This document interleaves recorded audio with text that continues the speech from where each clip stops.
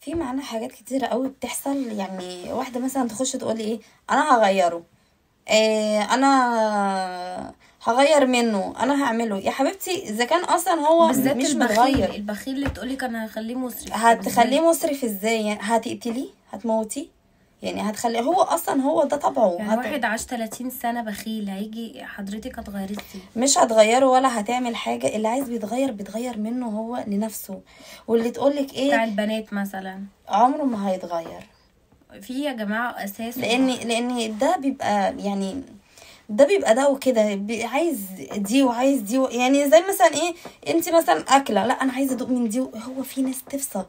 وفي واحده، لو واحد بتاع بنات بجد بجد، ده فعلا عن تجربه وناس كثيره قالت عليها ان بجد بيتغير. نشوف الست اللي معاه بتبقى بتعمل له كل حاجه، طب يقول لك ما فعلا كده دي غيرت. تناقض.